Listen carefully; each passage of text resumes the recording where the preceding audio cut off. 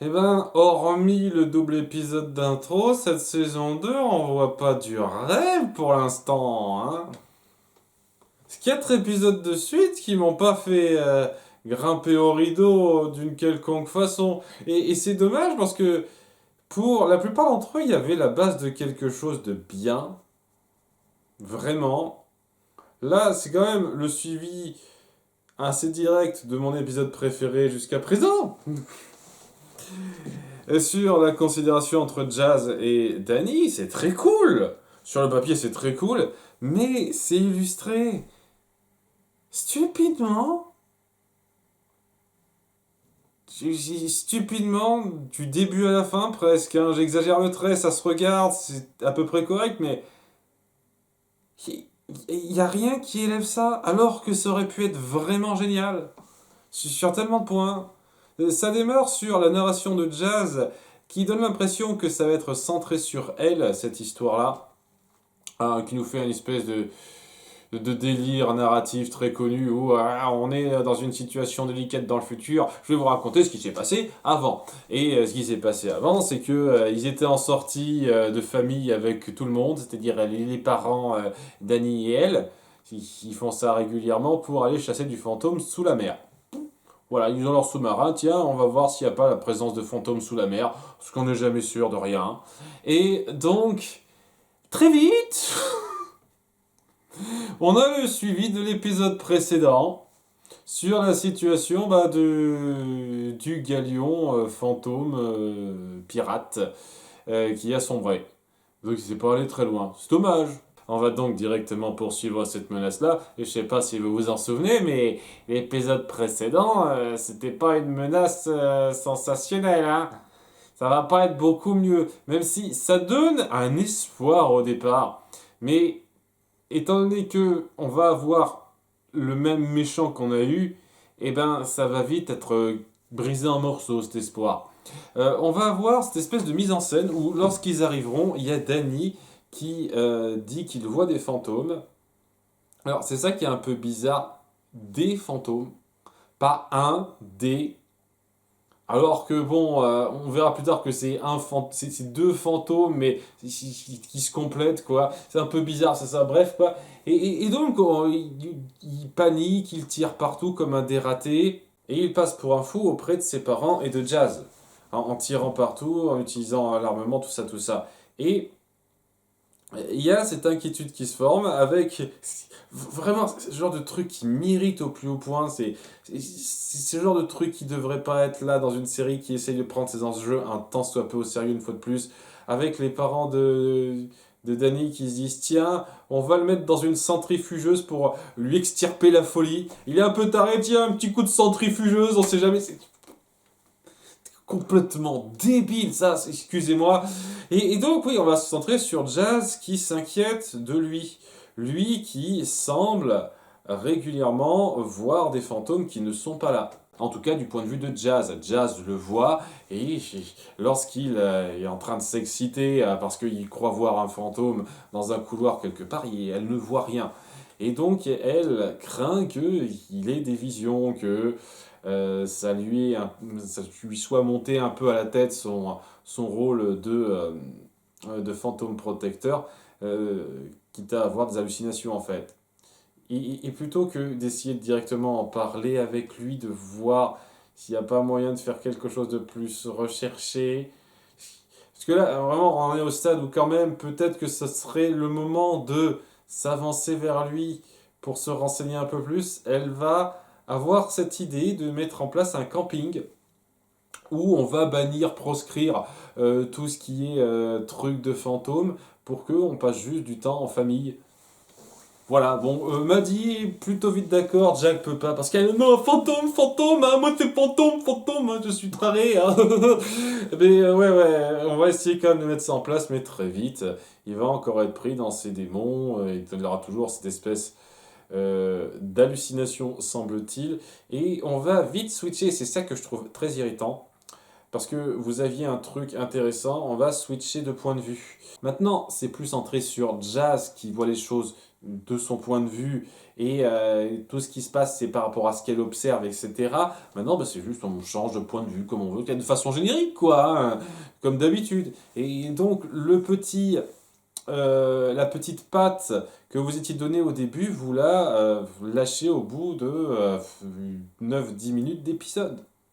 Donc ils sont sur la route et Danny voit une présence. Et là, il la voit vraiment. C'est pas une hallucination. Très vite, on découvre que c'est vraiment une présence. Et c'est le méchant qui est lié au galion que la famille Fenton a visité au début de l'épisode. Hein, c'est-à-dire Frimousse, hein, le capitaine Frimousse, qui maintenant décide de jouer au cow-boy parce que c'est son délire. Bon, je vais supposer que les pirates fantômes de l'épisode précédent, c'était également un délire qui s'est fait dans sa tête, qu'il a généré, et donc ce ne sont pas des vrais fantômes, ce sont des extensions de lui-même. À ce moment-là, ce serait plus plausible. À ce moment-là... Mais ouais, donc il joue les cow-boys et son truc c'est de faire passer Danny pour un taré en se montrant juste quand il n'y a que lui et des adultes. Il finit donc par lui parler et dire hey, comment ça se fait qu'il n'y a que moi qui te vois et pas les autres. Il dit bah, parce qu'il n'y a que les enfants qui peuvent me voir. Les mineurs, ceux qui ne se considèrent pas comme adultes qui peuvent me voir. Pourquoi? Parce que ta mère. Voilà, parce que règle magique mon cul, voilà, c'est comme ça que ça marche. Ça, c'est pas un truc qu'on a mis en place un temps soit peu avant.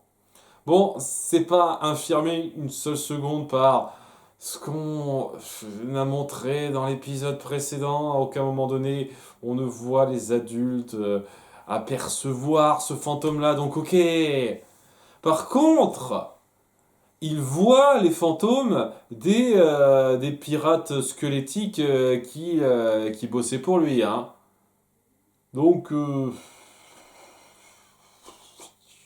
ok, de toute façon, le problème avec ça, c'est que deux choses. Deux choses qui font que ça n'a déjà ça n'a aucun poids. Déjà, ben, on voit Tucker et Sam réagir de façon circonspecte lorsque Danny s'attaque à ce gars et que on est encore plus ou moins du point de vue de Jazz qui dit il n'y a rien ici. Mais pareil, Tucker et Sam aussi devraient voir, puisque ce sont des enfants comme Danny à ce moment-là, il ne devrait plus y avoir ce quiproquo. Il y a un moment précis où il voit le fantôme de Frimousse et où bah, il y a Jazz, oui, ok, mais il y a aussi Sam et Tucker, rapidement. C'est donc déjà, ça devrait être complètement foutu en l'air, quoi. Il ne devrait plus y avoir ce côté, ah, est-ce qu'il est fou ou pas? Non, non, non, mais oui, on l'a vu comme toi, c'est bon. Mais les deux autres, diseraient, ils sont en mode, vraiment, il a vu quelque chose, je sais pas trop, mais de mon cul, là, il devrait pas être comme ça. C'est juste complètement forcer le mystère, je suis désolé. Et d'autant plus que, oui, il faut pas oublier que la plupart du temps, on le voit combattre des fantômes par lui-même, sans adulte pour regarder ça. Tout comme on l'a vu combattre, comme tout le monde a combattu Frimousse et sa troupe l'épisode précédent. Jamais eu besoin des adultes pour combattre ça. Donc, le fait de le faire passer pour fou, pour vis-à-vis de ses proches, n'a absolument aucun sens. Parce qu'il sait qu'il existe, il sait que Frimousse était le capitaine de ce navire, donc bien entendu, Frimousse réapparaîtrait, et bien entendu que ce serait l'ennemi, ce serait pas du tout une putain de surprise d'une quelconque façon, ça n'a aucun sens pour lui. Il devrait pas se la jouer, ah non, est-ce que je suis fou ou pas, vous avez pas vu, je comprends pas, etc. Il devrait dire, comment ça se fait que vous ne voyez pas ça? Il y a un truc très étrange, parce que c'est clair et net qu'il est là.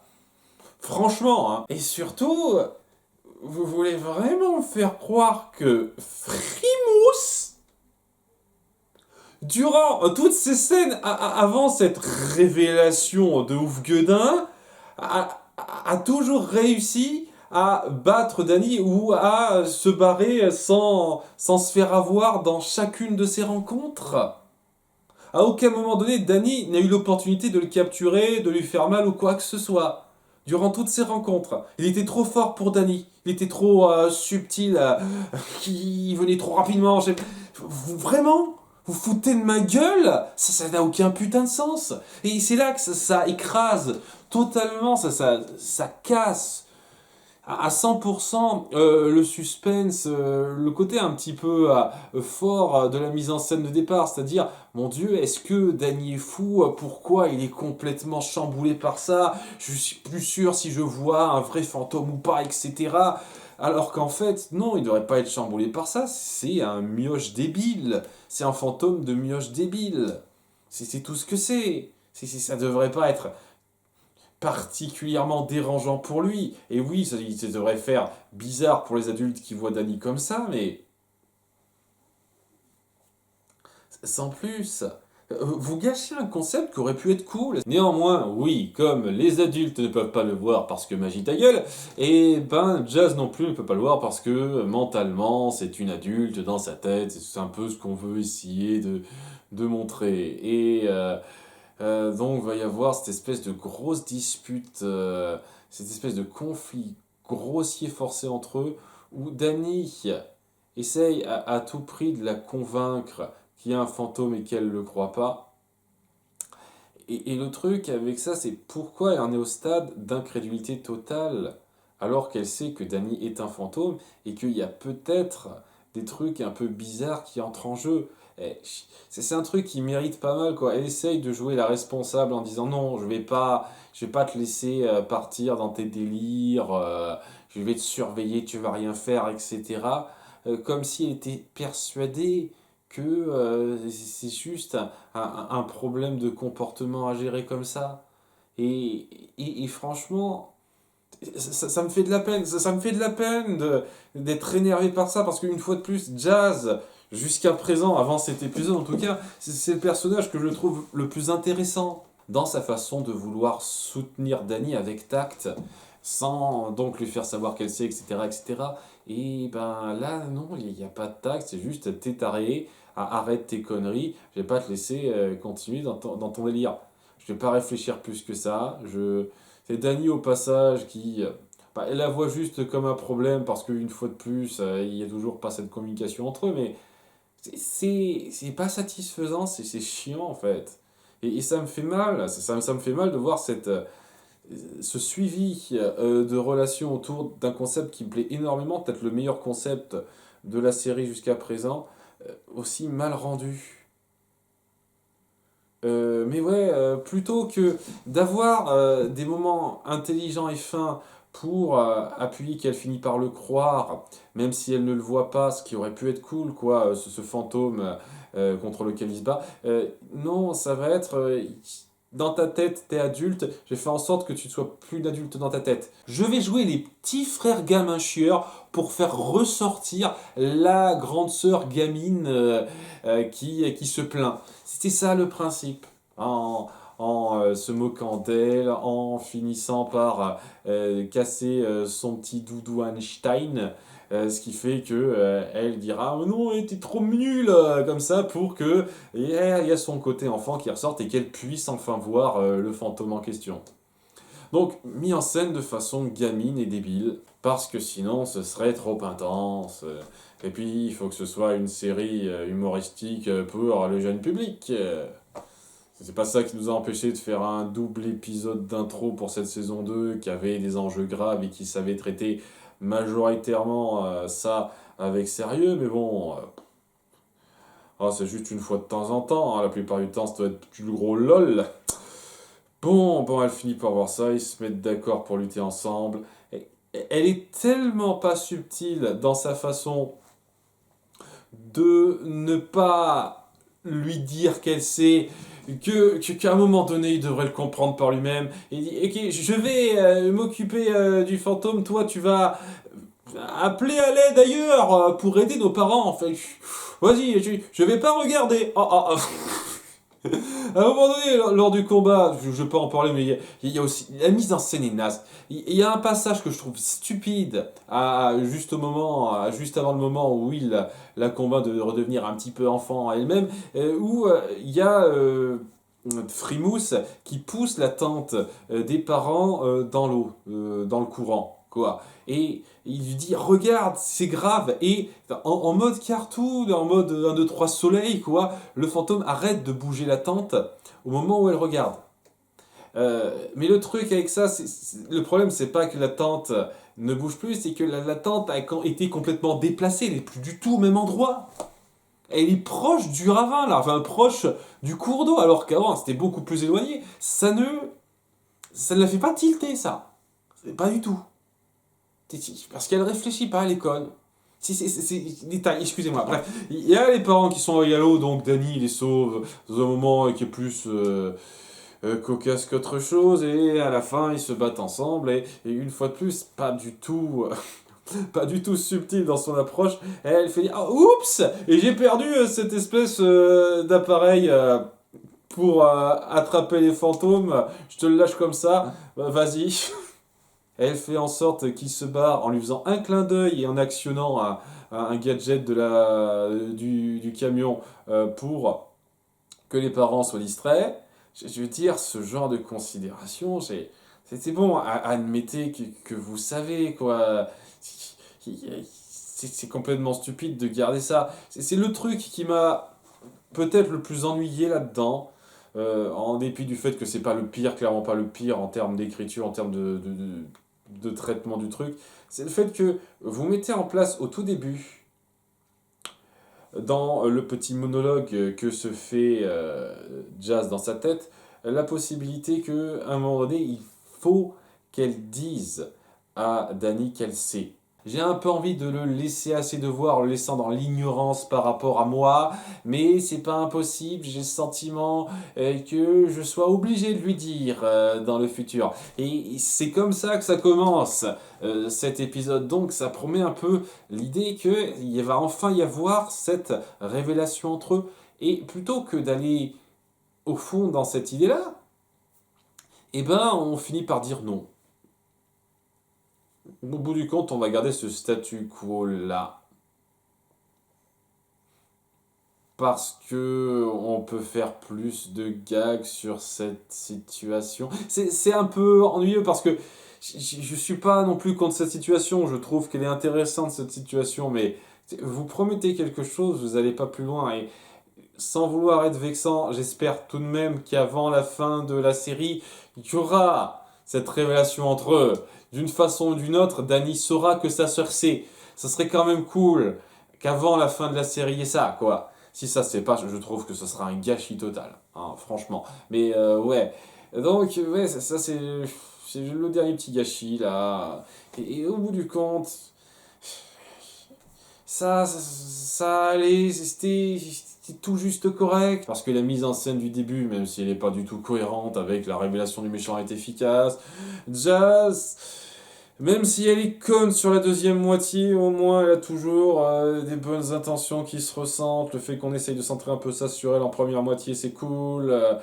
Il y a des choses qui me plaisent là-dedans. En dépit des conneries mises en place sur les mentalités des deux personnages et leurs liens, quoi. C'est juste que ça aurait pu être tellement plus fort que ça. Tellement plus fort. C'est frustrant d'avoir quelque chose d'aussi bas de plafond avec un concept aussi prometteur pour moi. Donc oui, c'est pas le pire, loin de là, mais c'est peut-être le plus frustrant des épisodes jusqu'à présent. Ouais, à bientôt pour l'épisode 7. Bye.